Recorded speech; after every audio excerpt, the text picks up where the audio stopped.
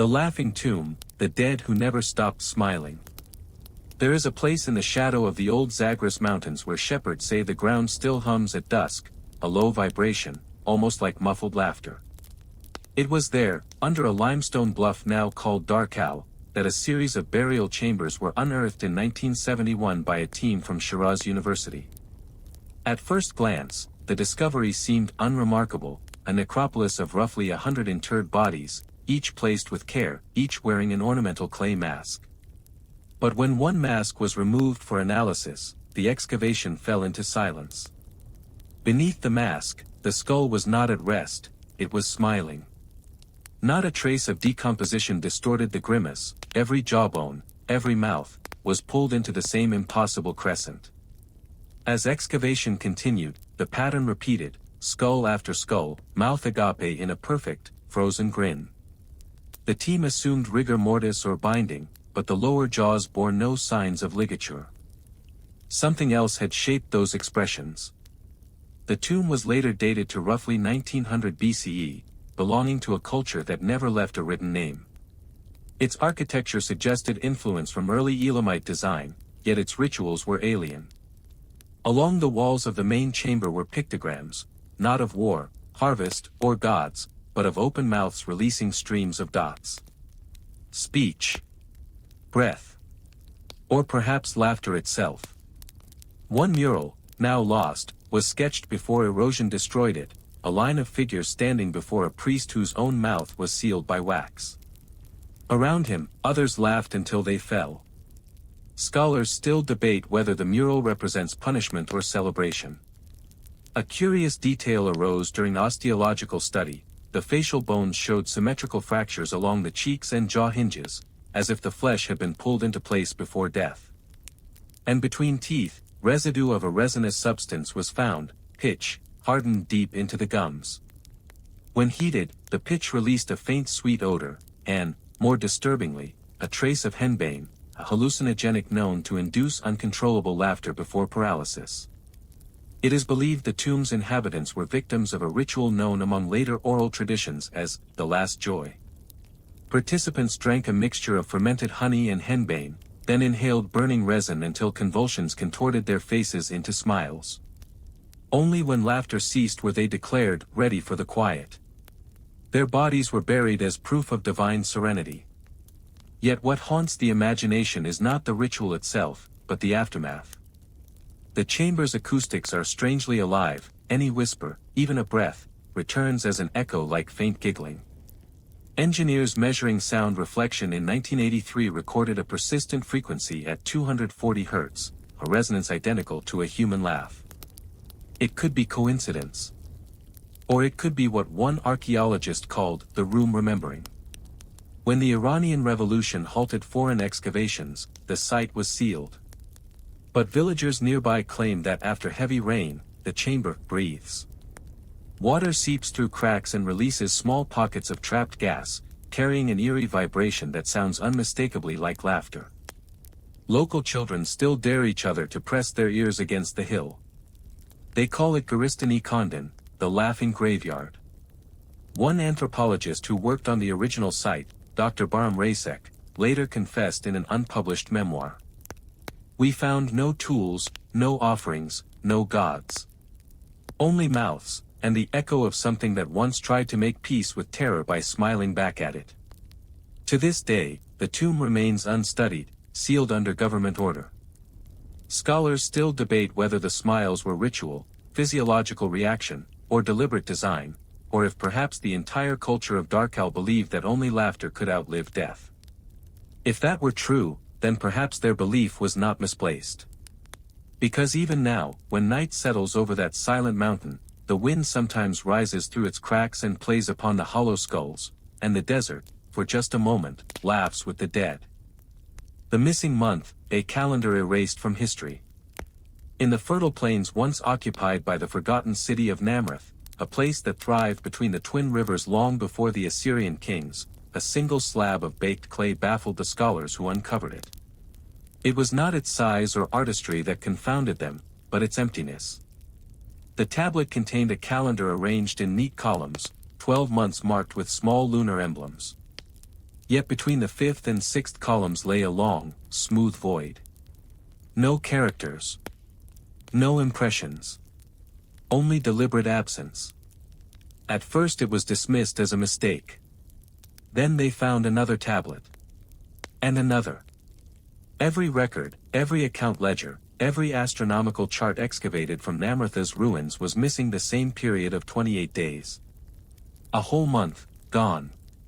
The discovery might have been nothing more than a curiosity, were it not for what accompanied it, a series of civic decrees referring to the passing, always capitalized, never explained.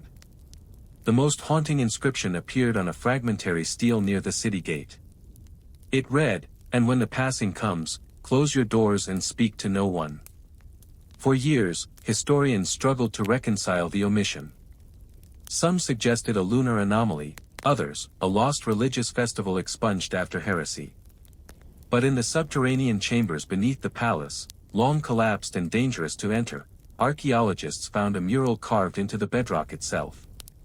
It depicted two suns in the sky, one bright and one faint, and beneath them, people burying their own shadows. What could that mean? Chemical testing of soil layers revealed something stranger still. Every 28-year cycle, a distinct band of scorched earth appeared, as if the city had experienced intermittent, localized firestorms that burned only within its walls. These scorched layers matched the chronological gap of the missing months. The destruction was systematic, cyclical, and somehow sanctioned.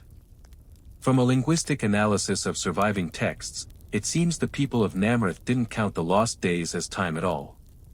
Their year resumed after each gap as if nothing had passed. Traders dated contracts across it without acknowledgement. Historians wrote annals that skipped from the end of one month to the start of the next. Yet records show sudden population declines precisely after every missing interval. There's an unsettling oral fragment from a later Babylonian source. They hid their days from the sky so the sun would not remember them. Scholars still debate whether this missing month was an ancient quarantine, a time when the city sealed itself away from a recurring disaster, or a ritual of erasure, when its citizens pretended the world ceased to exist. The strangest find came decades later, when thermal imaging of the ruins revealed an entire district buried under fused glass, perfectly circular, as though a lens had melted stone. In the center was a single basalt obelisk engraved with numbers, counting from 1 to 28, each followed by the same symbol, a circle split by a crack. The name for that symbol, according to reconstructed dialect, translates roughly as, time wounded. Modern chronologists comparing celestial data noticed that every 28 years, during the late spring equinox, an unusual magnetic fluctuation occurs over the same region, not strong enough to harm, but enough to distort compasses and local power lines. Coincidence? Or echo? No one knows. Namrath has since been flooded by a modern dam. The site rests under dark water now, its streets gone, its walls erased a second time. But sometimes, when divers pass through, their instruments record faint electromagnetic pulses, spaced exactly like the rhythm of days. It is said that somewhere down there, the missing month is still counting itself, quietly, patiently, waiting for the world to notice its absence again. The translator's hands, fingers wedded to stone tablets. In the dry ruins of Turakan, near the bend of the ancient Kaba River, excavators uncovered something that should not have existed, a wall of clay tablets pressed together like bricks, each one incomplete, as if their writer had been interrupted mid-sentence. At first glance they were administrative records, tax rosters, deliveries of grain, temple inventories. But on closer inspection, something strange emerged. Imprinted into the clay among the wedge-shaped marks were not stylus lines, but human fingerprints, hundreds of them, all from the same hand. The fingerprints weren't merely accidental smudges. They were deliberate. Deep impressions formed a repeating pattern, spiraling through the script like a hidden language.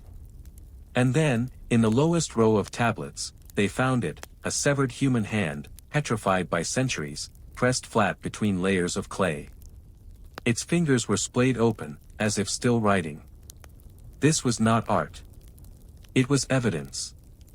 Turakan, dated to around 1800 BCE, was home to a scribal guild known from fragmentary Akkadian texts as the Listeners. Their role was to transcribe divine dictation, words received not from kings or priests, but from oracles believed to speak in tongues. The Listeners didn't translate meaning. They recorded sound itself, rendering unknown languages into rhythmic sequences of marks. The process, according to one later legend, was so dangerous that scribes were forbidden to read what they wrote. In one of the better preserved rooms, the excavation team found a ceremonial stylus carved from obsidian. On its handle was inscribed a chilling line. "May my words live only through the clay, never through my flesh." That phrase, and the embedded hand, hinted at a gruesome practice. Archaeological analysis showed that the hand was not fossilized naturally, it had been chemically fused to the tablets using lime and bitumen, creating a permanent bond. Whoever wrote those words had literally been joined to their text. The purpose is still debated. Some believe it was an execution ritual for scribes who transcribed forbidden phrases, the hand affixed as both punishment and signature. Others propose that the guild believed sacred translation required sacrifice, that meaning could pass safely from divine to mortal only if a physical bridge, the translator's body, was offered. One fringe scholar, Dr. Velain, proposed a more unsettling idea, that the listeners were experimenting with memory transmission, embedding consciousness into written form through biological imprinting. Her theory was dismissed as speculative, until the pattern of fingerprints was digitized. When enhanced, the arrangement revealed fractal symmetry, similar to early Mesopotamian sound encoding used in music. When researchers converted the pattern into tonal sequence, the result was a haunting 5-note scale, repeating with eerie precision. Played aloud, it produced a low vibration that seemed to resonate in the walls themselves. Soon after, the recording was removed from archives. Unverified accounts from the dig described strange experiences. Workers reported hearing whispers when handling the tablets, as if the clay retained sound impressions. One translator claimed the whispers changed tone depending on who entered the room, reciting words that mirrored the listener's own heartbeat. When questioned later, she said something even stranger. "It was not reading to me. It was asking me to finish the sentence." The dig was halted abruptly after an accident. A collapse killed one worker and buried several tablets. Officially, the cause was structural weakness. Unofficially, some said the walls began to hum before they fell. Scholars still debate whether the embedded hand was a punishment, a prayer, or an experiment in linguistic possession. Yet the most unsettling aspect remains the fingerprints, each impression distinct, each containing microfractures of movement, as if the writer struggled to pull away before the clay hardened. In the small museum in Al-Hasaka, one tablet fragment is still on display, behind glass. The guide warns visitors not to touch it. Not because it's fragile, but because every time someone does, a faint warmth lingers on the surface, as if the hand beneath it remembers what it once was. The night markets of Lura, trafficking memory, not goods. Far beneath the ruins of Lura, a sunken city near the modern-day border of Syria and Lebanon, archaeologists discovered a labyrinth of vaults unlike any known market of antiquity. The chambers were arranged in perfect concentric circles, each one smaller than the last, and each filled with fragments of translucent ceramic jars, all sealed with wax. No inscriptions, no coins, no goods. Only the faint smell of myrrh and burnt honey lingering in the air. At first, the dig team believed they had found an ancient storage facility, a warehouse for perfume or ritual oils. But when one jar was carefully opened, its contents confounded them, a small disc of animal membrane floating in viscous resin. Embedded on its surface was an intricate network of lines, so delicate it resembled the pattern of human neural tissue. Under magnification, the texture looked disturbingly like brain matter. Local legend had long whispered about the Bazaar of Sleepers, a night market said to appear only under a new moon, where men traded what they could not bear to remember. The jars, some suggested, contained memories. The earliest textual reference to such a ritual appears in a rare Ugaritic tablet fragment that mentions the drinkers of mines, a sect of priest merchants who bought remembrance as others buy wheat. They believed memory was the truest form of wealth, heavy to carry, dangerous to hoard, and profitable when sold. In Lura's underground complex, murals painted with mineral dyes show robed figures exchanging glowing vessels across stone counters. Above them, a line of text reads, "Only what is forgotten may be forgiven." Each figure's head is depicted twice, once facing outward, once turned inward, a haunting suggestion that identity itself was divisible. Traces of psychoactive herbs were found in the dried residue inside the jars, including mandrake and blue lotus, both known to induce vivid hallucinations and partial amnesia. The combination could, in theory, erase or transfer fragments of memory when consumed in specific dosages. Whether by chance or design, the Lura merchants may have mastered what modern science now calls selective forgetting. But there was another layer. Among the hundreds of recovered jars, one stood intact, sealed so tightly that even modern instruments could not penetrate it.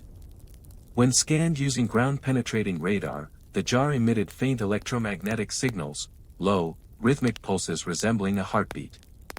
Some claimed it wasn't a metaphor. Scholars still debate whether the markets of Lura were literal or symbolic, whether memories were actually exchanged, or whether they represented spiritual confession, ritual catharsis, or a form of early therapy for trauma. Yet certain details suggest something more sinister. Many skeletons found near the vault's lowest level were missing sections of the skull base, precisely where the brain stem connects. Whatever process occurred there, it was surgical.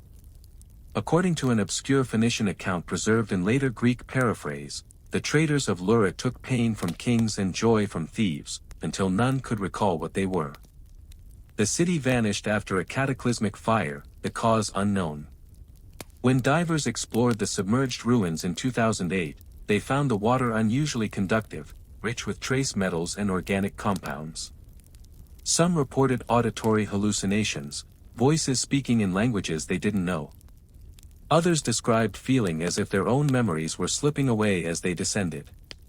The lead archaeologist wrote in her final field note, "The deeper we go, the less we remember why we came." The site was abandoned soon after. It's now off-limits due to safety concerns, though fishermen still claim that on moonless nights, faint lights flicker beneath the waves, like stalls reopening for business. Perhaps, in some unfathomable way, the market of Lura continues to trade, not in gold or grain, but in the only currency the dead still value, the things we've tried hardest to forget. The silence code, laws etched under every threshold. When the archaeologists reached the lower quarter of ancient Damaris, an unassuming city buried beneath centuries of dust in the Jordan Rift, they expected little more than crumbled homes and broken amphorae. Instead, beneath the threshold stones of almost every doorway, they found something uncanny, small clay tablets, the size of a human palm, each marked with a single wedge of cuneiform, and a deliberate line of sealing pitch pressed over it like a wound. The tablets were uniform. Every door had one, no matter how poor or grand the house. They'd been placed face down, hidden deliberately, sealed into the foundation itself. When translated, the markings revealed fragments of the same phrase repeated in variant forms, "None may speak above this line." At first, scholars assumed the tablets were talismans, protective charms meant to ward off evil spirits, a common feature of domestic Mesopotamian architecture. But a pattern emerged. In every household where the tablet was found broken, evidence suggested sudden abandonment, meals half-eaten, tools left mid-use, children's toys scattered on the floor. And then, in one of the city's administrative buildings, beneath the steps of what had been a magistrate's chamber, they uncovered a larger tablet bearing what appeared to be a proclamation. It read, "The word that crosses the stone invites the shadow within. Speak not the names of judgment, nor the syllables of gods." The silence code, as it came to be called, was apparently a citywide decree, an invisible law enforced not by guards or priests, but by architecture itself. Every doorway was a contract. Cross it wrongly, speak carelessly, and the penalty was believed to come not from men, but from the echo of one's own voice. Archaeologists soon realized the entire layout of Damaris was designed to muffle sound. The streets curved inward, lined with basalt that absorbed noise. In the temple district, ceremonial platforms were padded with layers of ash and clay, dampening even footsteps. Inside the palace ruins, corridors narrowed to whisper width, any shout would collapse into itself. The people of Damaris lived inside engineered quiet. But why? A discovery in the city archives shed faint light. Among the half-burned papyri was an edict attributed to a ruler known only as the Listener King. In silence we hold dominion, in noise, dominion holds us. Some historians see this as a metaphor for divine contemplation. Others detect paranoia, perhaps Damaris's rulers feared spies or rebellion, erasing sound as a tool of control. But a growing fringe of linguists believes the silence code arose from something older, a fear that language itself could summon catastrophe. In a temple cellar, carved deep into a basalt pillar, they found a string of syllables arranged in what looked like nonsense. But when recited aloud in controlled conditions, those present reported vertigo and nausea, as if the air itself compressed. The phrase, now called the Forbidden Litany, was immediately sealed away. Local legends insist that the silence code began after a night when the city spoke too loud and the stars fell. Whatever that event was, it left Damaris haunted by its own resonance. In the modern era, the ruins rest under protective cover. Visitors note how strange the acoustics feel, how shouts refuse to carry, how even laughter seems swallowed. Some swear that if you whisper the words carved beneath a threshold, the air changes temperature, as if something old and listening stirs. Scholars still debate whether the silence code was the product of advanced sound engineering, psychological control, or mythic superstition. But perhaps the people of Damaris understood something we've forgotten, that every civilization hums with the sound of its own undoing, and the wisest among us build our homes to keep it out. The walled eyes, statues with sealed orbits. When workers clearing the lower terraces of Tel Kisra, an ancient Levantine site near the Sea of Galilee, uncovered a series of fractured statues in 1995, no one thought much of them. They seemed ordinary, blocky, half-eroded effigies of kings and deities, their features worn by millennia of rain and wind. But under closer examination, one eerie detail emerged: every statue's eyes had been deliberately sealed with mortar. Not gouged, not eroded, sealed. Smooth clay filled their sockets, pressed in place by human hands. The sealant dated centuries after the statues were carved. Someone, generations later, had returned to blind their own gods. Initial theories suggested vandalism or iconoclasm. But then came the deeper finds. Beneath each blinded statue was buried a clay pot containing a small, perfectly round pebble, polished like an eye. Some were white limestone, others obsidian, a few rare ones made of translucent quartz. Each bore an identical inscription etched in minuscule script, "May it not see again." Archaeologists traced the pattern through the entire site. Dozens of temples and shrines, all altered in the same way. Statues, reliefs, mosaics, every eye erased, every gaze muted. The oldest intact text recovered from Kisra's temple complex was a decree from a forgotten monarch known as Akra the Veiled. The watchers have turned their sight upon the living. Their gaze burns, and memory obeys it. Let the people sleep unseen. Scholars still debate what watchers referred to. Some argue Akra described oppressive priestly surveillance, a political metaphor. Others suggest something more literal: statues believed to perceive, to act. Indeed, earlier strata revealed that the original builders had inlaid the eyes of their idols with magnetite and hematite, iron-rich stones aligned toward the sun. When sunlight struck at the right angle, the eyes shimmered unnaturally, almost alive. Ancient writings referred to these idols as the open ones, said to mediate between gods and mortals. Yet after a catastrophic solar event, possibly an eclipse, possibly worse, the worship shifted. Temples were desecrated, idols buried face down, and their eyes walled shut. Archaeologist Layla Doran, who led the excavation, noted another peculiarity: the rooms housing these idols emitted unusually high magnetic readings, enough to disrupt compasses. The iron-laden eyes may have acted as primitive sensors, or even receivers. Whether intentional or accidental, they gave the impression of awareness. The real revelation came when imaging specialists scanned one sealed idol. Beneath the clay plugs, they found traces of organic residue.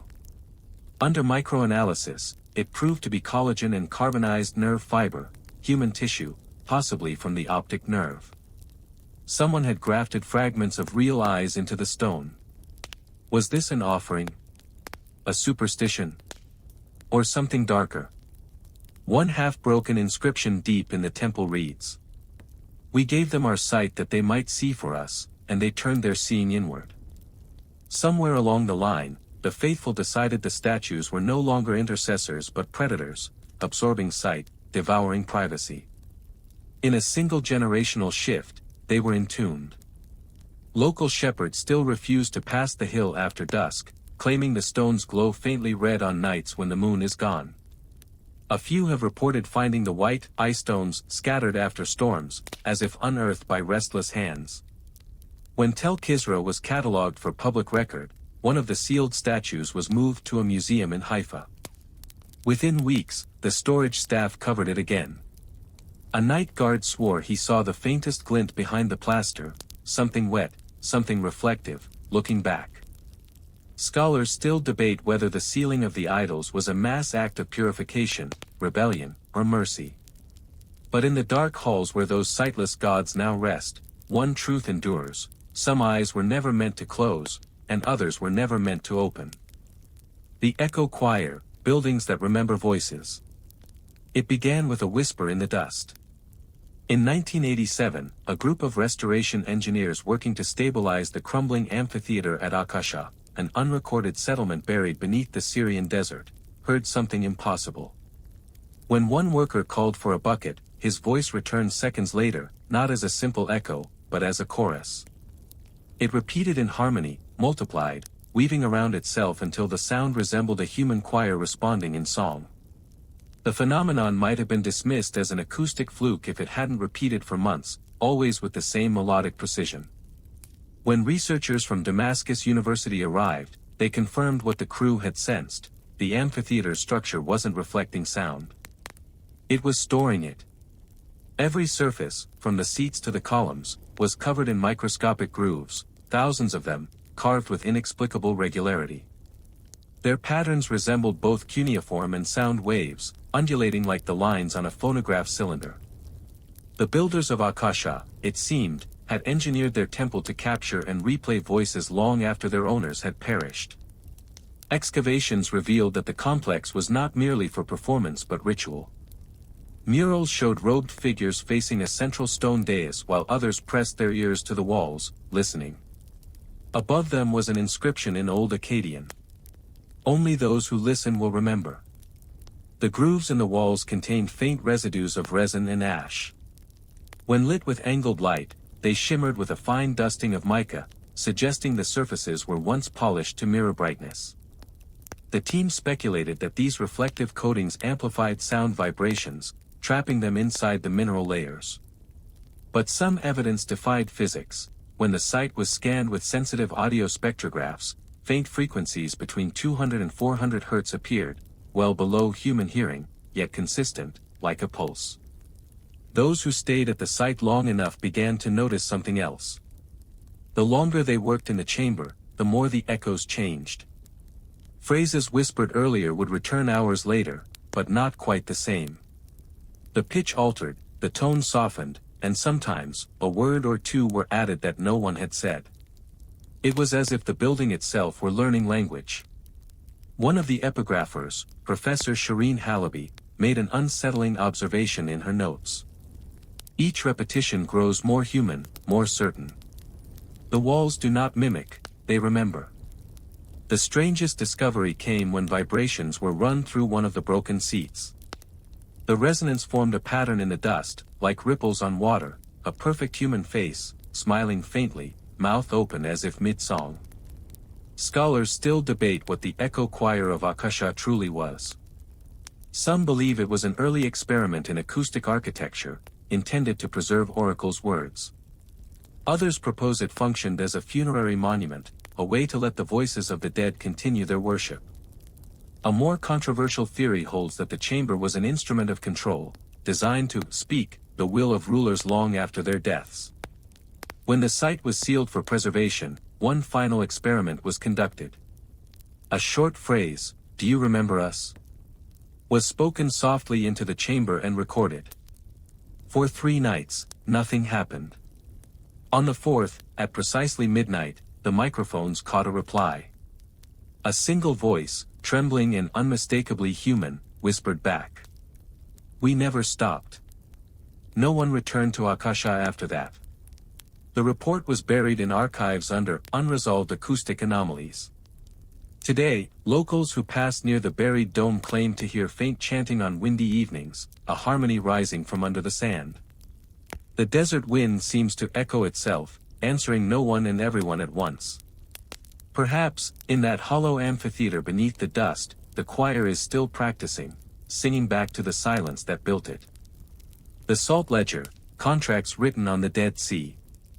The first fragments floated to the surface after a winter storm in 2009, thin, white plates of crystallized salt, each one etched with faint linear markings. At first, they were dismissed as geological oddities, the natural formations of a changing shoreline. But when one fragment was examined under magnification, archaeologists realized the lines were deliberate. They weren't cracks. They were writing. The shards were traced to an underwater ridge on the western edge of the Dead Sea, an area long associated with biblical legend and industrial mining. Divers exploring the site soon uncovered dozens of similar plates, stacked in neat piles like tablets or ledgers. Each one was translucent, their script shimmering through layers of salt like trapped light. The language resembled early Aramaic, but the syntax was strange, almost contractual, full of repeating terms of exchange and penalty. When translated, the meaning was clear enough to chill the blood. The plates recorded debts. Not commercial ones, spiritual. Each entry followed the same formula. I owe the sea my breath for the breath it took. Paid in water. Paid in silence. Archaeologists began calling them the Salt Ledger, assuming it a ritual archive from a shoreline community that had made pacts with the lake they depended on. Yet something about the ledgers was off. Each plate bore the name of a person, sometimes followed by a number, perhaps a date. But when the divers cross-referenced those names with grave markers found in the nearby ruins of a vanished settlement called Siladar, the lists matched almost perfectly. The dead were accounting for themselves.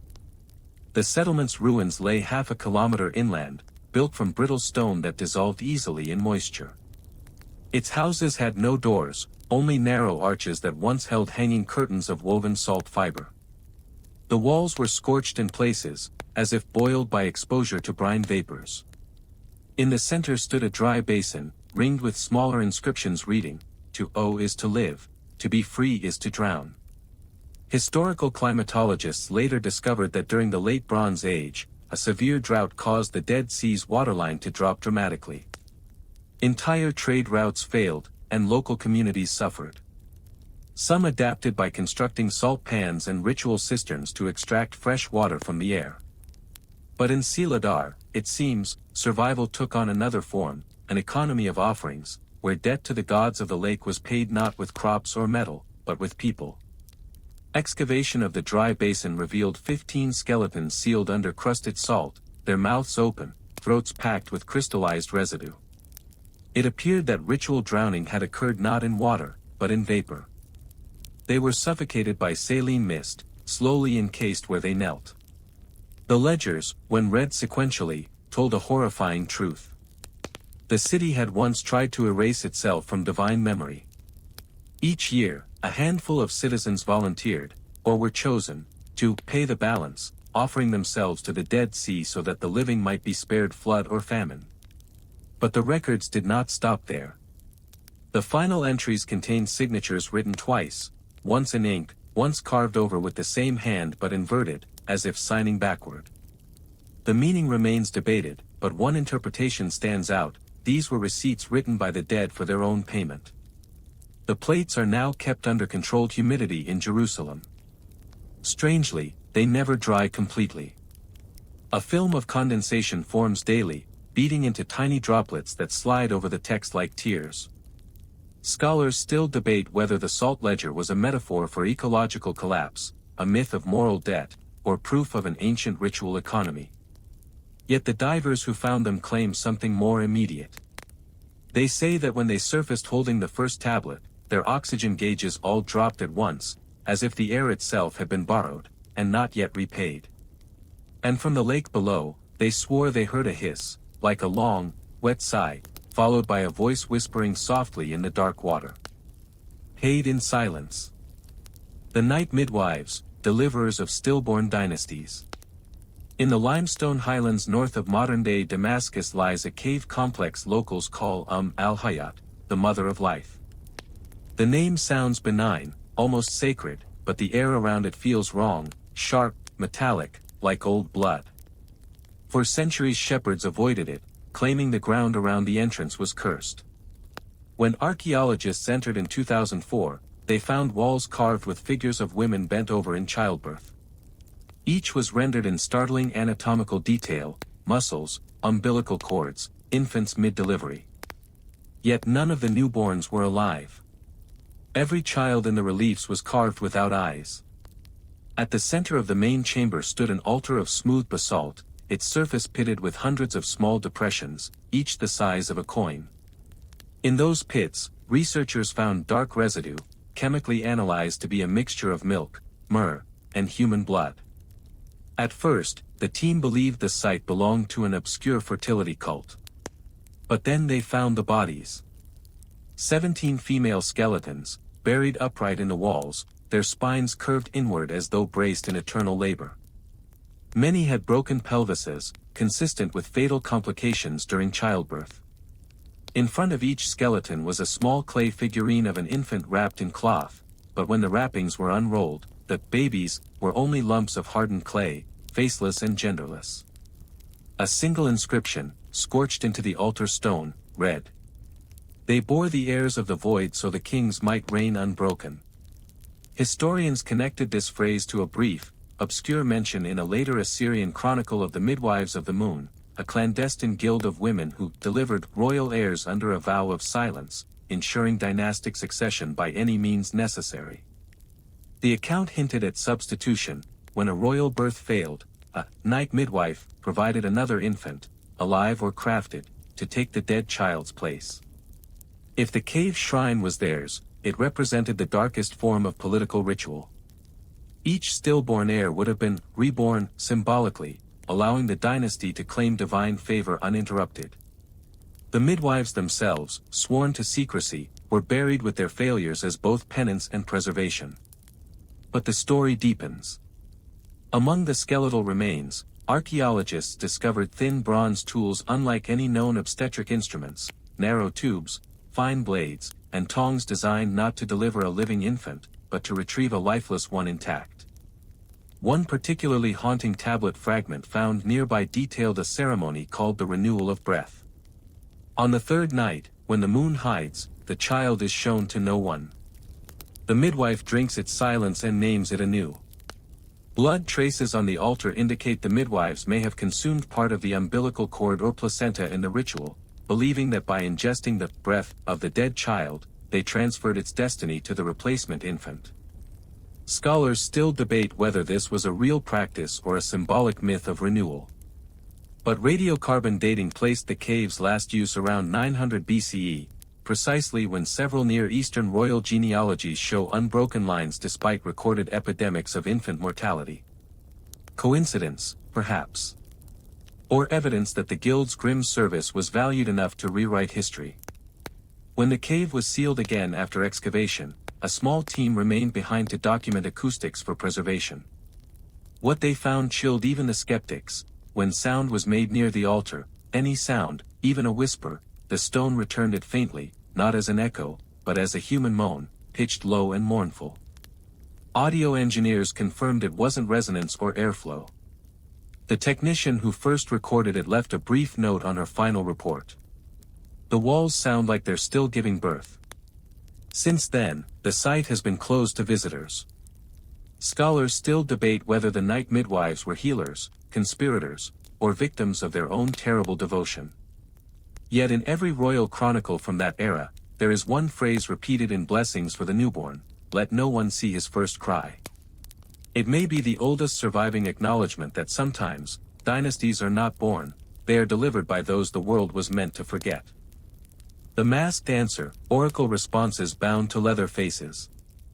In the desolate valleys of southern Anatolia lies the ruin known as Kertimel, a once prominent oracle site that predated Delphi by perhaps a millennium. It was rediscovered accidentally in 1976 when a shepherd stumbled upon a buried archway carved with hundreds of staring eyes. Beneath that arch stretched a corridor of chambered rooms, each lined with alcoves where something had been hung, hooks, still rust-stained, dangling from the ceilings. In one of those alcoves, archaeologists found the first of the masks. They were made from leather, not animal, but human, tanned and cured into grotesque, lifelike forms. Mouths agape. Eyelids stretched. Each bore a strip of faded text inked across its inner lining. When translated, the words formed what appeared to be fragments of prophecy, half-phrases like, "The river forgets its bed," or "The child of silence will reign." The discovery was grotesque but strangely consistent. Every mask carried a line of writing, but no two repeated. And in a central chamber, where the rock had blackened as though from countless oil lamps, stood an altar made from obsidian. Scattered around it lay hundreds of bone fragments from tongues and jaws. The inscriptions revealed the purpose. The priests of Kertimel had developed a ritual called the masked answer, a method of binding divine truth so that no human could claim to possess it. When the oracle delivered a prophecy, it was written upon the inside of a flayed face, the skin of a condemned criminal, or sometimes of the oracle's own attendants. Once dried, the mask was hung in the chamber for a single moon cycle. At its end, it was burned. No record remained, only smoke. Those who sought prophecy at Kertimel were never told what the oracle said. They merely witnessed the act, the writing, the sealing, the fire. Their faith rested not in the message, but in its destruction. But the system wasn't foolproof. During excavation, researchers discovered several masks that had been hidden behind false walls, preserved from the purging flames. Their prophecies, when pieced together, suggested something that horrified scholars. Together, they formed a coherent sequence, an unbroken narrative describing the rise of a blind empire that would one day silence all voices of the gods. The tone was mournful, resigned, as though the priests knew their work would end in suppression. A final inscription near the altar read, "When the masks begin to answer themselves, burn the temple." Beneath that inscription, archaeologists found evidence of intense fire damage, far beyond ritual burning. The entire chamber had been intentionally destroyed from within. And yet, amid the ash, one mask survived, half buried in obsidian dust. Its surface had fused into a glassy sheen, and the ink upon it still legible. Do not ask what speaks through your asking. When the artifact was moved to Ankara for preservation, a curator reported a disturbing anomaly. The mask's surface, though dry, would fog when anyone stood near it, as if reacting to breath. Audio sensors placed nearby recorded faint sounds, short bursts between 300 and 500 Hz, consistent with human whispering, though the source remained unidentified. Some scholars now speculate that the priests of Kertimel believed words themselves were contagious, that language could infect, deform, and replicate like a living thing. Burning the masks may have been less symbolic than preventative, a means of quarantining divine contagion. A few theologians even suggest that our idea of the oracle's ambiguity, the cryptic, self-contradictory nature of prophecy, originated from Kertimel's practice of literally erasing truth before it could spread. Scholars still debate whether the priests were protecting humanity from dangerous knowledge or protecting their gods from human misuse. But in that chamber of eyeless faces, one certainty endures: the gods once spoke through skin, and when the truth began to speak back, humanity sealed its mouth in fire. The hollow drum, a fortress that ate its army. In the remote wastes of eastern Iraq, near the dry bed of the ancient Diyala River, there stands a circular ruin that locals call Khalid al-Nakr, the hollow drum. From a distance, the name makes sense. Wind passing through its cracked walls produces a low, resonant hum, like the beating of a drum deep underground. Yet to those who have entered its shell, the sound is more than wind, it's a heartbeat. The fortress was first surveyed in 1959, when a team of Iraqi engineers stumbled upon its perfectly round structure, 220 meters in diameter, with walls over 10 meters thick and hollowed corridors running through their cores. It had no windows, no battlements, and no evidence of having ever been defended. Yet nearby trenches revealed a mass of weapon fragments, bronze spearheads, shattered shields, and armor melted into unrecognizable lumps. The army, it seemed, had died outside its own walls. When the archaeologists began excavating the interior, they found it unnervingly pristine. The central courtyard was lined with resonant stone panels, each carved with strange circular patterns, rings within rings, always 13 in number. In the center stood a pedestal inscribed with a single phrase in cuneiform: "To hold the sound of loyalty." Initially, researchers thought it was ceremonial, perhaps a temple to a war god. But when acoustic tests were conducted, a strange effect emerged. Even a single tap on the stone floor reverberated endlessly through the corridors, looping back seconds later, louder each time. The echo didn't fade. It amplified. One technician clapped his hands near the pedestal, the sound multiplied until it became a deafening roar. Equipment recorded the vibrations continuing for several minutes, long after the physical cause had ceased. Whatever the builders had created, it was a chamber designed not to reflect sound, but to trap and feed it. Then came the discovery of the vaults. Beneath the floor, tunnels extended outward like the spokes of a wheel, each ending in a small cell. Inside every cell lay human remains, hundreds of them, kneeling upright, skulls pressed to the walls. They had died that way, facing inward, mouths open as if shouting. On the walls above the corpses, faded symbols described what seemed to be a ritual, soldiers swearing oaths before battle, their voices given to the drum. It appears they believed their vows were stored within the fortress itself, bound to the stone by resonance. If they broke those oaths, their souls would be reclaimed. One brittle tablet found near the pedestal confirmed it in chilling clarity. He who gives his sound to the walls cannot take it back. Some scholars think Khalid al-Nakr was an early psychological weapon, a training fortress where sound rituals enforced obedience. Others whisper a darker theory, that the fortress absorbed the literal vitality of those within. The final excavation report noted that the bones found there showed microscopic traces of vibrational damage, tiny fractures consistent with prolonged exposure to low-frequency sound. The army might not have been defeated by an enemy at all. It was devoured by its own oath. A legend preserved in later Arabic folklore calls it Dar al-Gadr, the house of treachery. It tells of a general who built a drum so powerful that it could summon divine fury when struck. But when he tested it, the drum answered his own heartbeat, and never stopped. Even today, Bedouins who pass the ruin claim the air inside still quivers, like skin stretched over emptiness. A few who linger too long report hearing muffled voices behind the stone, repeating words they didn't speak. The longer they listen, the more the rhythm aligns with their pulse. When a modern research team set up microphones in 2015, they recorded continuous subsonic waves at a frequency of 13 Hz, the precise number of circles carved on the walls.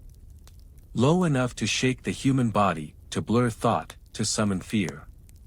Scholars still debate whether the hollow drum was an instrument of control, devotion, or annihilation. But one line from its inscriptions continues to haunt those who study it. "We beat no drum for war. We beat to remember who we were." Perhaps that's why the echo never stops. Perhaps the fortress is still listening, for the next heartbeat foolish enough to join its rhythm. The salted map, roads that could be unmade. In the shifting sands of what was once the kingdom of Admaresh, an ancient trade hub linking Mesopotamia to the Levant, explorers uncovered something that shouldn't have survived at all, a map made of salt. Not carved stone, not ink on parchment, but an entire relief of the kingdom's trade routes sculpted from compressed salt slabs, still glistening white under the desert sun. It was found buried beneath what appeared to be a merchant guild hall, sealed in a limestone vault. The floor was inlaid with faint ridges, each marking the outline of a road, a river, or a city. But when sunlight struck the design, parts of the pattern would glimmer and fade, as if alive. Every few minutes, a road disappeared, only to return moments later somewhere else.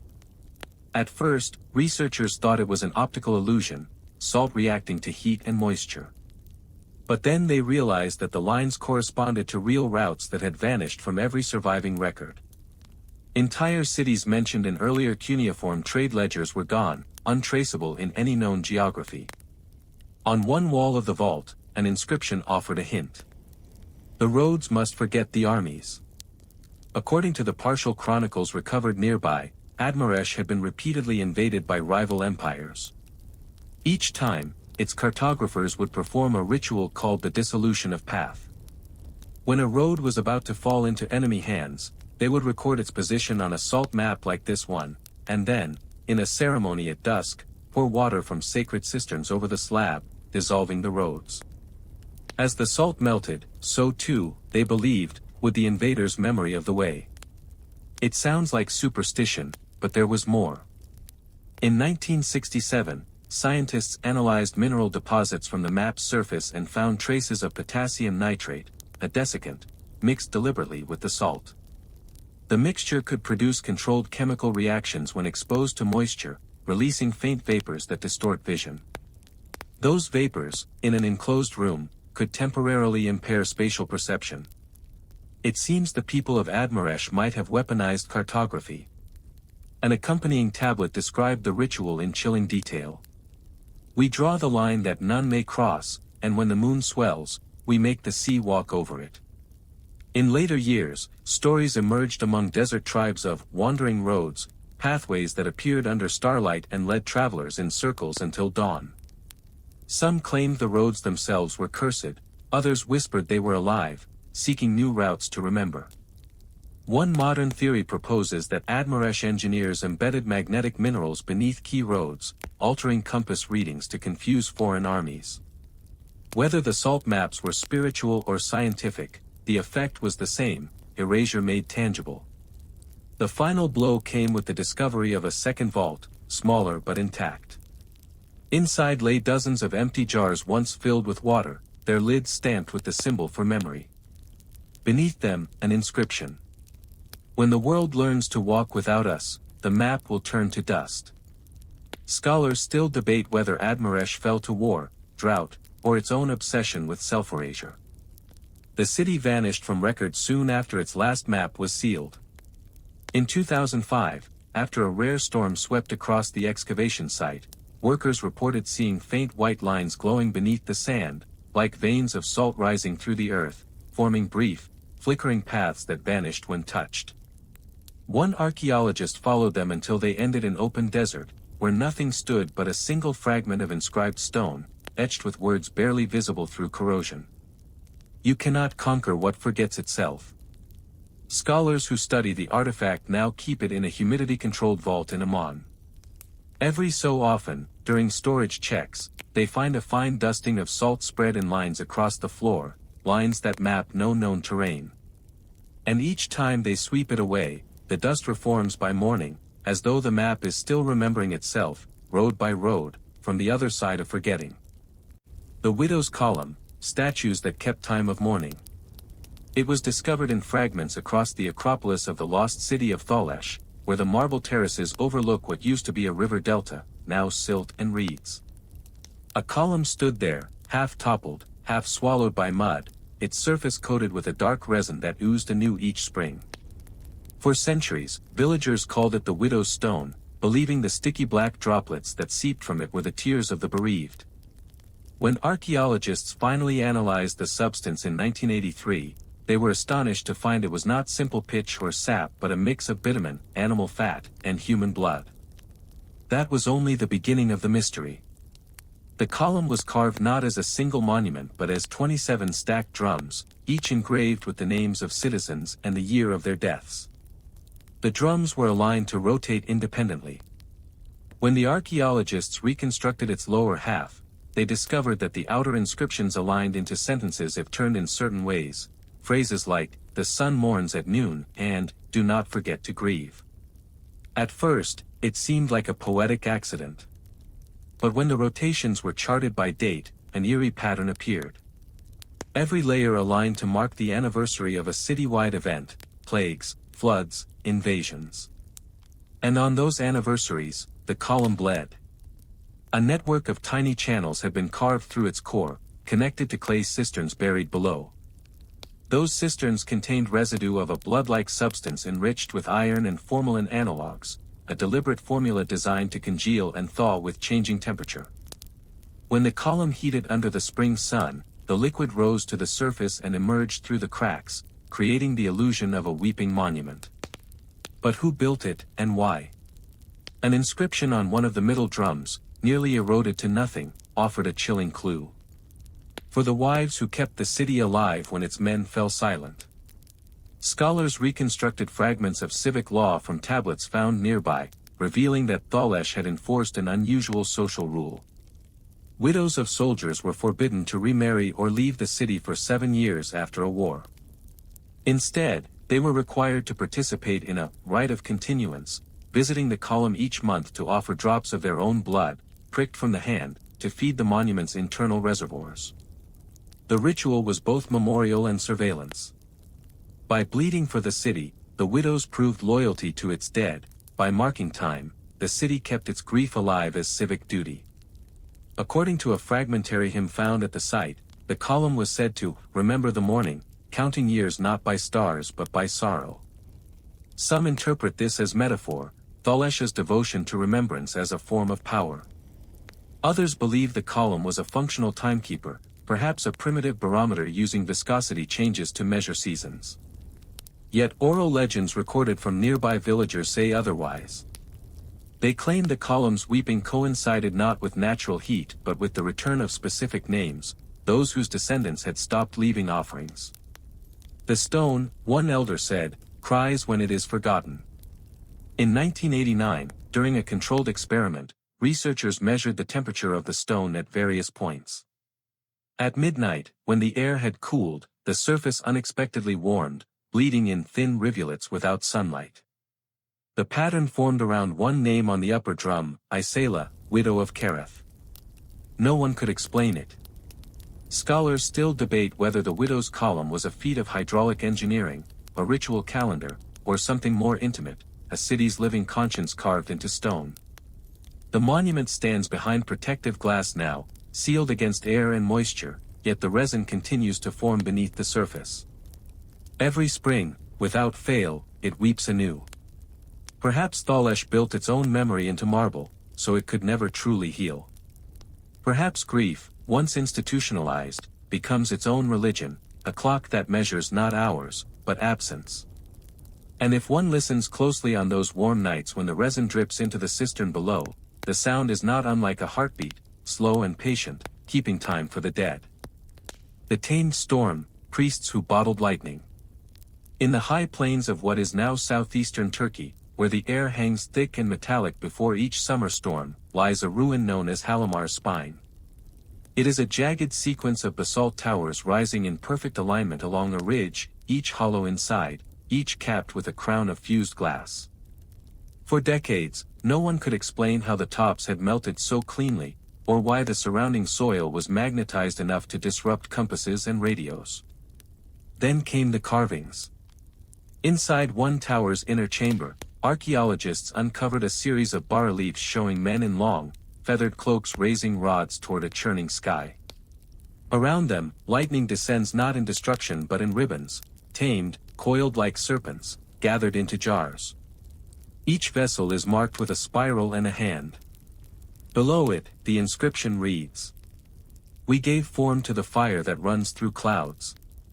At first, it was dismissed as myth, a symbolic portrayal of storm gods. But when a small copper jar was excavated intact near the tower's base, its interior walls bore crystallized patterns identical to Lichtenberg figures, branching scars left when lightning passes through solid material.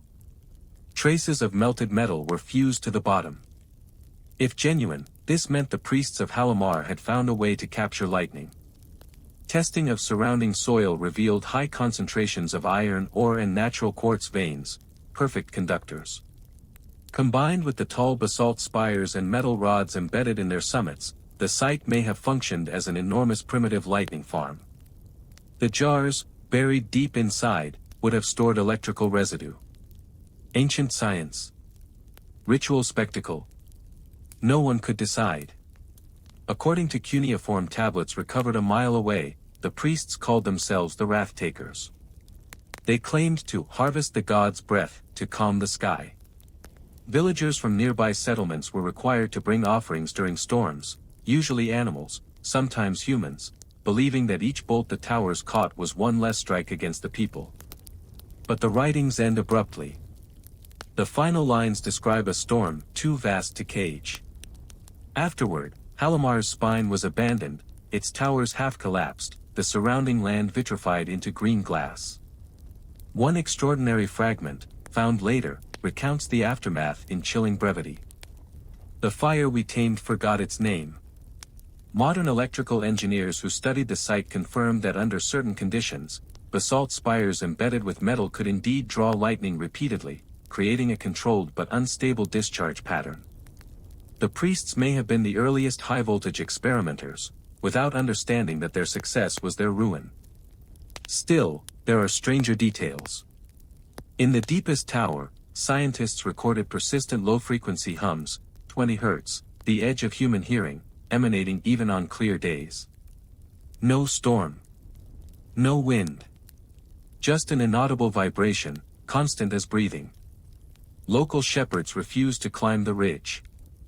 They say that on dry nights, you can see faint blue sparks dancing between the towers, like the afterimage of storms past. A legend survives among their elders, the priests of Halamar never died. When the final storm struck, they were taken into the fire they had trained.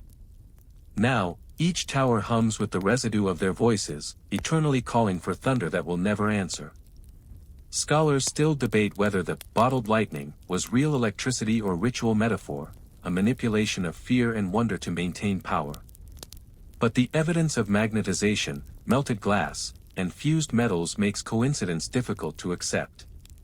Even today, instruments malfunction near Halamar's spine. Compass needles whirl without cause, recording equipment fills with static. During one recent survey, a thunderstorm approached from the east. Before the first flash reached the valley, the tallest spire glowed faintly along its crown. Witnesses reported a streak of light shooting skyward, up, not down, followed by silence. In that silence, the hum grew louder, almost musical. One researcher described it best. It was like the air remembered how to pray. Perhaps Halamar's priests did learn to tame the storm, not with faith, but with precision. Perhaps the gods they worshipped were simply waiting for someone to touch them first. And if lightning truly was caught there once, perhaps some fragment of it never left, still circling, trapped in those towers, restless as the men who tried to cage heaven itself. The hour of turning, when statues were rotated at midnight. At the edge of the Anatolian plateau, where the ruins of old Tashur faced the stars in eerie silence, archaeologists found hundreds of toppled statues, all facing the same direction, north, toward the empty horizon. They were arranged in a vast semicircle, shoulders touching, each identical, a human form with hands clasped at the chest, eyes carved open but pupils hollow. The detail was exquisite, almost unsettlingly alive. At first glance, it seemed like a massive cemetery of idols, perhaps toppled in war. But one slab of stone discovered near the site changed everything. Etched upon it was a phrase in a forgotten dialect. When the hour turns, the guardians must face the living. Beneath it, a calendar wheel was carved, showing lunar cycles and 28 notches around a central eye. When the site was excavated in full, researchers realized the statues had once stood in a precise circular formation, each mounted on a rotating pedestal of polished limestone. The pedestals, greased with animal fat and ash, could turn smoothly, as if the statues were meant to pivot. The grooves in the ground formed radial lines pointing toward the city center, where the ruins of a temple dome remained. Every year, during the spring equinox, when the moon was highest, the entire city would have gathered to witness the turning. The statues were rotated one by one, their sightless eyes now trained upon the crowd. Why? Fragments of temple inscriptions provided fragments of an answer. They spoke of the watching ones, protectors who faced outward during peace, guarding the city from unseen evils, and inward during times of crisis, to watch the people themselves. Their movement symbolized the shifting gaze of divine justice, outward when the city was pure, inward when corruption took hold. It was meant as ritual theater, but what archaeologists found suggested a deeper, darker function. Beneath the plaza where the ceremony took place lay an enormous circular pit, its walls lined with soot. Charred remains were found at the bottom, animal bones, pottery, and, most disturbingly, fragments of human jawbones. One tablet fragment recovered nearby recorded the hour of turning in haunting prose. They face us so we remember what they see. In their gaze, the guilty confess, and the sky forgets no crime. Historians suspect the ritual ended in execution. Those accused of treason or blasphemy were brought before the now inward statues, forced to speak their innocence under the carved eyes. As the statues listened, the accused were judged, not by priests, but by omen. If the wind blew toward the city, they were pardoned; if outward, condemned and cast into the pit. Later legends from the region refer to the night the stone walked, a tale of the guardians turning themselves, facing inward without priestly command, their gaze condemning all who looked back. After that, the ceremony was banned. When the site was rediscovered in modern times, the alignment of the statues revealed something remarkable. Their original orientation matched the movement of specific constellations, but at a slight lag, as if they marked time by star position. Each statue represented not a person, but an hour, forming a massive, celestial clock. When they rotated, they didn't just face the people, they measured time itself. Engineers later discovered small copper pins embedded in some pedestals, arranged to produce faint tones when turned. It's possible the ritual had sound, a deep hum that resonated across the plaza, perhaps synchronizing the turning. A city-sized hourglass, where time, morality, and memory rotated together. But something interrupted it. One inscription, half destroyed, ends abruptly mid-line. They turned when the moon was black. They faced us though we had done nothing. No further records of the ceremony exist. Scholars still debate whether the statues represented divine judgment, cosmic alignment, or social control. Yet the people of the nearby village claim that every few decades, during the equinox, the fallen statues shift slightly, a few degrees, no more, their hollow eyes catching starlight where none should reach. One archaeologist, surveying the site under moonlight, wrote this in her final field notes. It's not the wind that moves them. It's the memory of being watched. Perhaps in Tasher, the gods didn't need to return to punish the living. They only needed to remind them which way the statues were facing. The ledger of little things, petty crimes that haunted generations. When a collapsed archive was unearthed near the ruins of Ashmara, a minor city-state on the fringes of the Akkadian world, archaeologists expected routine tax ledgers and lists of livestock. Instead, they found clay tablets that chronicled something far stranger, a complete register of petty misdeeds. Each tablet was divided into hundreds of tiny boxes, each box containing a single line of text: stole a fig, lied to his neighbor, spoke before the elder finished. Every entry was dated, signed with a name, and followed by an identical closing formula. Recorded that the city may never forget. At first, scholars thought this was a moral exercise, a public log of minor infractions meant to maintain order. But the scale was bewildering. The archive contained over 12,000 tablets spanning 3 centuries, and the same family names appeared again and again. The entries seemed to follow generations. A person recorded for stealing a goat in 1 century would have descendants listed for illnesses, misfortunes, even unexplained disappearances in the next. The crimes of ancestors seemed to ripple forward through time, pursued by their own written record. The pattern became clear when the team realized the archive wasn't organized by date, but by lineage. The scribes of Ashmara had created not a legal system, but a genealogical punishment. Every minor offense was transcribed, sealed, and then used to predict or justify future calamities.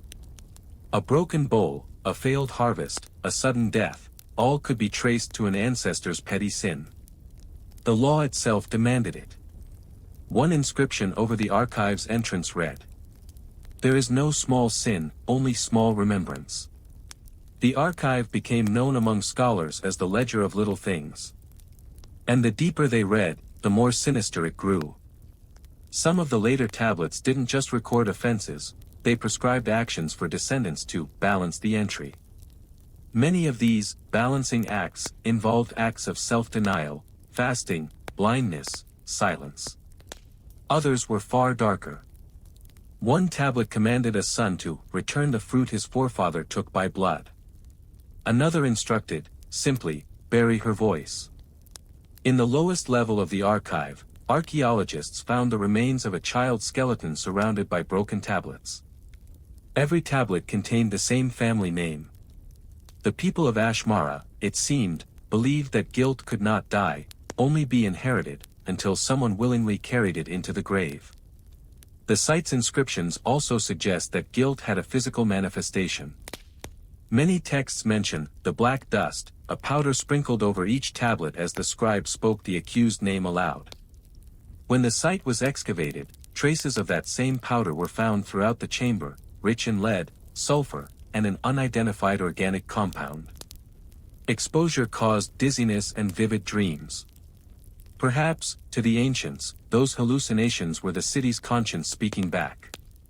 Scholars still debate whether the ledger was a legal archive or a spiritual trap, a system that ensured every citizen lived under inherited surveillance. What cannot be denied is that the belief survived. In later folk traditions from the same region, there are stories of the soot eaters, families who carried sealed jars filled with ash said to contain the weight of their grandfathers. Once every generation, they were required to scatter that ash into the wind while reciting the name of the first recorded offense. Those who failed were said to hear whispers in their homes, the rustle of clay tablets, the scraping of styluses, the sound of their own names being written down again. During restoration in 1999, one of the tablets was accidentally fractured. Inside the fissure, archaeologists found a thin layer of compacted black residue, the same chemical mixture, still faintly oily after 4,000 years.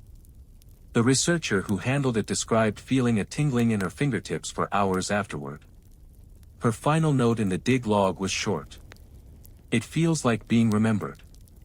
The artifact now rests, sealed in a nitrogen chamber, uncleaned and unstudied. Scholars still debate whether the ledger's curse was psychological or structural, but they agree on one truth: Ashmara was a city where memory itself became the instrument of punishment, and where even the smallest sins had the longest shadows. The sundered gate, doorways that refused entry. In the arid hills north of Mosul, archaeologists clearing a site believed to be an outpost of the Neo-Assyrian Empire came across an oddity, a massive gateway, perfectly preserved, standing alone. The walls that once surrounded it were gone, the road leading up to it swallowed by sand. The arch remained, flawless basalt blocks fitted so tightly that a knife blade could not pass between them. When the team tried to pass through it, their instruments malfunctioned. Compasses spun, radios crackled, and within the span of an hour, all batteries drained to zero. The gate, it seemed, did not want to be crossed. Inscribed above the lintel, in precise cuneiform, was a single line. "None who enter shall return, for the threshold has chosen." Behind the gate, the earth was barren, no ruins, no tombs, no roads. But the soil there was unnaturally glassy, as though subjected to extreme heat. Geologists found trace amounts of fused silica and magnetite, as if a bolt of lightning had once struck the spot repeatedly over time. The pattern of melting was concentric, radiating from the arch outward, like an explosion frozen in time. A day later, while clearing sand from the base, one archaeologist uncovered the remains of a human foot, calcified mid-step, toes pointed forward, heel fused into the stone threshold. There was no rest of a body, just that single foot, turned to glass. When word reached historians, they realized the structure matched a series of accounts in late Babylonian texts that mentioned the doors of Ashur, gateways that led not to palaces or fortresses, but to the silent cities beneath the wind. The descriptions matched perfectly, basalt arches that punished trespassers by swallowing their feet. The dig team camped several meters away, unwilling to go near the arch again. But one night, a strong wind swept across the plain, and the sound it made as it passed through the gate was unlike ordinary wind. It was tonal, a low hum, resonant, rhythmic, as if something were speaking in single, drawn-out syllables. When analyzed later, the frequency of that sound measured precisely at 19 Hz, an infrasonic range often associated with unease, dizziness, and auditory hallucinations. Some called it coincidence. Others believed it was engineered. A second inscription was later found on a fragment buried beneath the gate's keystone. It read, "When the walls fall, the gate will remain. When the gate breaks, the world will not be whole." It hinted that the sundered gate was a containment structure, not an entrance. Perhaps something had been sealed behind it, something the ancients feared to let pass into the world. Theories abounded. One proposal held that the site was a magnetic anomaly, the basalt enriched with iron that, when struck by lightning, created a localized electromagnetic field strong enough to damage instruments and disorient travelers. Others pointed out the ritual features, the carved channels for pouring libations, the sockets for offerings. This was no accident of geology. It was deliberate design. When the Iraqi Department of Antiquities sealed the site in 1982, a final observation was made by the lead archaeologist, Dr. Samir al-Nasri. He stood several meters from the arch at sunset and watched as the fading light fell through it. To his astonishment, the landscape on the other side appeared different. The hills seemed steeper, the horizon lower, and a faint structure, like a tower, rose in the far distance. When he stepped to the side, the tower disappeared. He never went closer. In his private notes, found after his death, he wrote, "The gate doesn't open to anywhere. It opens to when." Scholars still debate whether the sundered gate was a portal, a trap, or a monument to hubris. But the villagers who live nearby still refuse to walk through it. They say those who do never return, and that sometimes, at night, you can see figures frozen halfway across, hands outstretched, as if still trying to finish their step. At dawn, there is never anything there, only footprints leading up to the threshold, and none leading back. The mirror census, citizens counted by reflection. When the ruins of Oran Mara were uncovered beneath layers of desert loam in western Iran, the city at first seemed unremarkable, a cluster of collapsed courtyards and administrative buildings typical of the late Bronze Age. But deep inside the administrative quarter, archaeologists discovered something that defied both logic and custom, an entire hall lined with mirrors. They were not decorative. Each panel of polished bronze stood upright, bolted to the wall with silver pegs, forming a corridor of distorted faces that multiplied into infinity. Behind every mirror lay a hollow cavity filled with ash and human bone. The official who led the excavation, Dr. Roya Akbari, called it a census by reflection. The theory made grim sense. A set of tablets discovered nearby described an annual ritual where every citizen of Oran Mara was required to stand before the surface and be numbered. No physical census list survived, no paper, no clay, only the mirrors, each engraved on the back with a name and date. When the number of panels was tallied, it nearly matched the city's estimated population. Each citizen, it seemed, had been recorded not by inscription, but by presence. On the final tablet, a proclamation by the city's ruler declared, "All who live are written upon light. Let no face escape the count of the sun." What followed that decree is lost. But archaeologists soon realized the reflections themselves had been destroyed deliberately. The surface of every mirror was scratched, clouded, or melted by extreme heat. Some bore fingerprints burned into the metal. One partially preserved fragment described a cataclysmic event known as the Vanishing Year, when the eyes of the city turned inward and saw what should not be seen. Witnesses claimed their reflections began to move independently, mouths whispering names no one had spoken aloud. Within weeks, half the population fled, leaving the mirrors behind. The rest sealed the hall with bricks and burned offerings to blind the sun. When researchers examined the mirrors under low-angle light, they noticed faint irregularities on the surfaces, tiny raised ridges forming spiral patterns invisible to the naked eye. When scanned, these patterns translated into frequencies between 15 and 18 Hz, vibrations that could distort human vision. Whether intentional or accidental, the effect of standing between the mirrors was nauseating. Reflections seemed to flicker, sway, and blur. Some archaeologists suggested the phenomenon caused mass hysteria, explaining the city's rapid collapse. Others proposed something more metaphysical. The mirrors were not mere census tools, but devices of surveillance, machines that stored light the way tablets stored words. Inside the cavities behind several panels, remnants of organic pigment were found, human skin cells mixed with carbon soot. The people of Oranmara, it appeared, believed reflections could contain pieces of the self, fragments of soul or consciousness. Each citizen who stood before the mirror may have left something behind. Dr. Ekbari's final report contained an unsettling observation. Late one evening, while documenting the mirrored hall alone, she noticed that her own reflection lagged slightly when she turned her head. The delay was only a fraction of a second, but it was there. She assumed exhaustion until the next day, when she returned and found the same effect. On her last night at the site, she recorded a voice memo. "It blinked when I didn't." She resigned from the project shortly after, and the hall was sealed again. The mirrors were deemed too fragile, and, unofficially, too disturbing, to transport. Villagers nearby say that during certain sandstorms, the air above the ruins turns metallic, and faces shimmer faintly in the haze. They call the phenomenon the counting wind. Scholars still debate whether the mirror census was an early bureaucratic marvel or a collective descent into madness. But in a locked archive in Tehran, one of the recovered panels remains. Even under layers of corrosion, its surface sometimes clears for a moment, revealing not the viewer, but another face entirely, faint and distant, staring back with unmistakable familiarity. And etched across the back, beneath the name and date, is a final phrase that no one has yet dared to test aloud. "When you look, I count you twice." The harvest that didn't return, crops planted with names.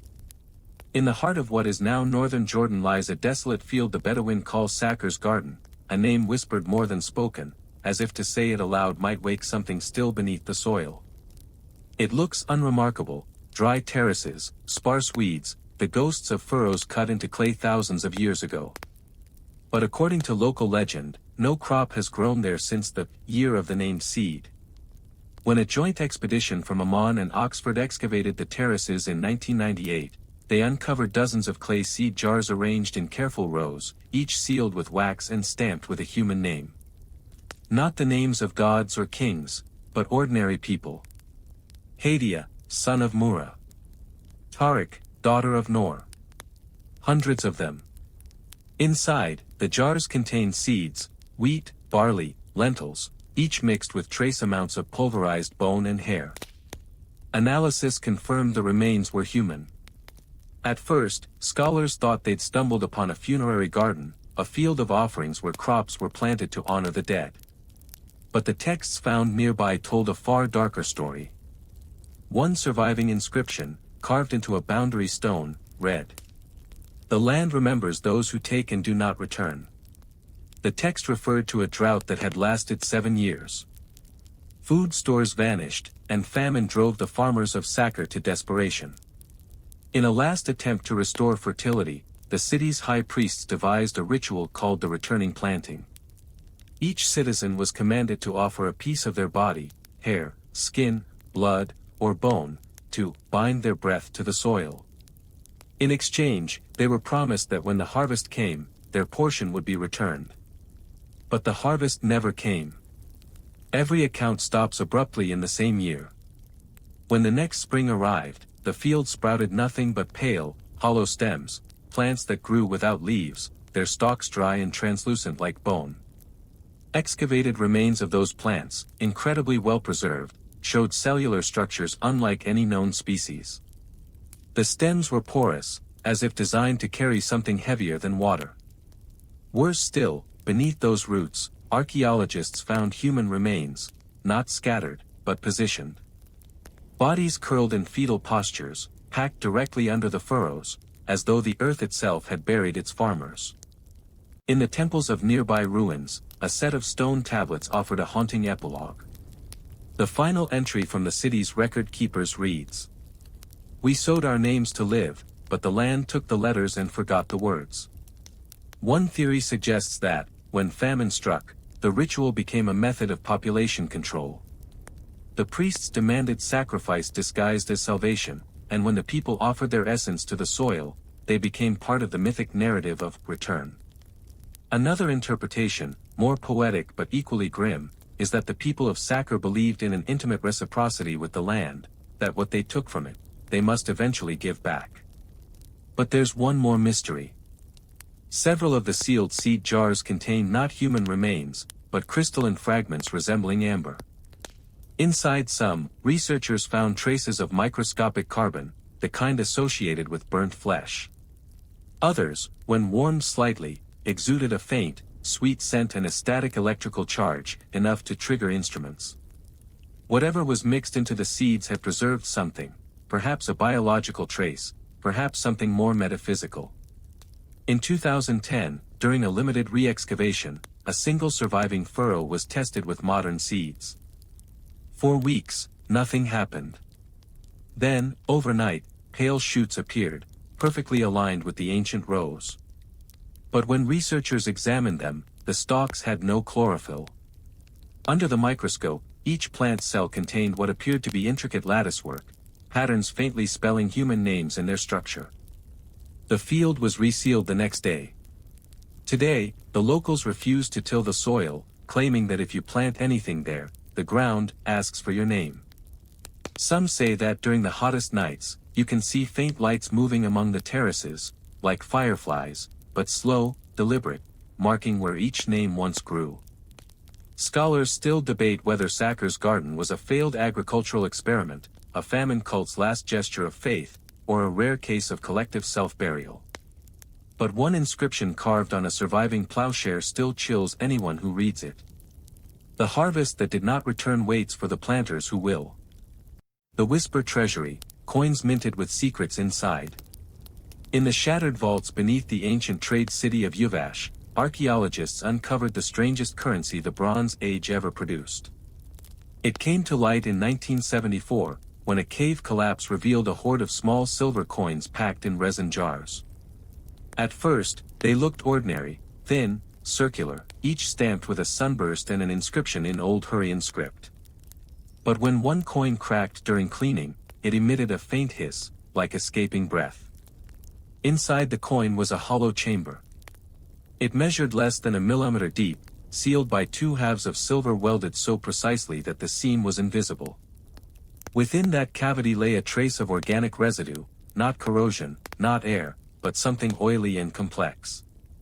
Under magnification, the surface shimmered as though it had once been alive. And along the inner wall, faint indentations formed the unmistakable rhythm of a human voice. The artisans of Yuvash, it seemed, had learned to mint sound. Subsequent analysis revealed that the microimpressions on the inner surface of each coin corresponded to unique acoustic signatures, patterns similar to those left by sound vibrations on sand or metal plates. When reconstructed using advanced imaging, the patterns produced whisper-like frequencies, just audible when amplified. And they carried words. Most were fragments of confession. One coin spoke a single sentence. "I killed the merchant by the gate." Another murmured. "She said she would not remember." Many were indecipherable. But some were disturbingly coherent, as though the coins were minted not merely to store sound, but guilt. Among the ruins of Yuvash's minting quarter, researchers found inscriptions referring to a ritual called the weighing of breath.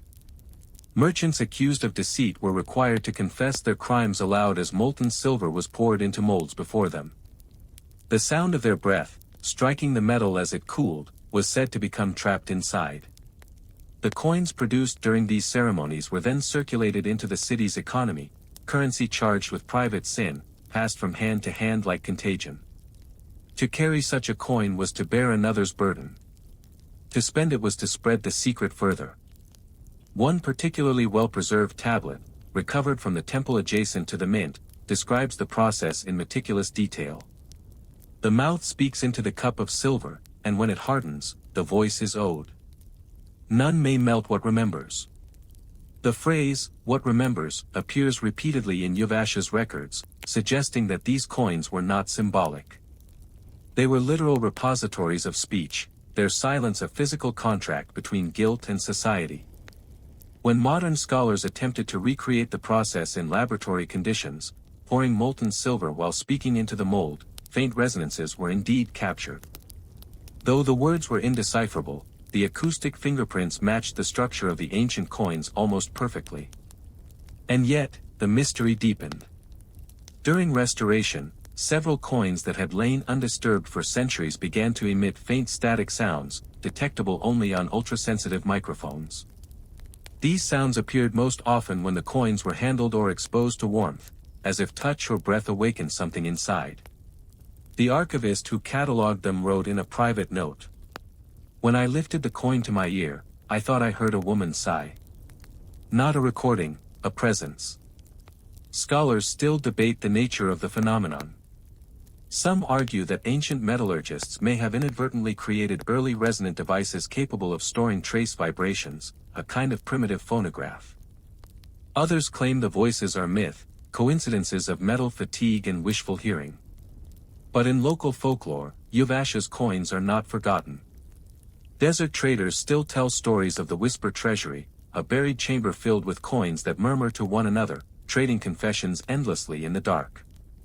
They say anyone who listens long enough will hear a secret that belongs to them, one they never spoke aloud. In 2012, a researcher re-examining a handful of coins under vacuum conditions noticed something extraordinary, a drop in air pressure, as though the coins themselves were inhaling. When she leaned closer, the sensors registered a whisper, one word, too soft to be sure, but clear enough to chill her blood. It sounded like her name. Whether artifact, anomaly, or echo of some lost technology, the coins of Yuvash prove one thing with unsettling clarity: the ancients knew that words have weight, and some, once spoken, can never stop being spent. The Vanishing Archivist, a library that lost its keeper. In 1933, deep in the foothills of western Iran, a team of railway engineers stumbled upon the entrance to a cavern sealed by carved cedar beams.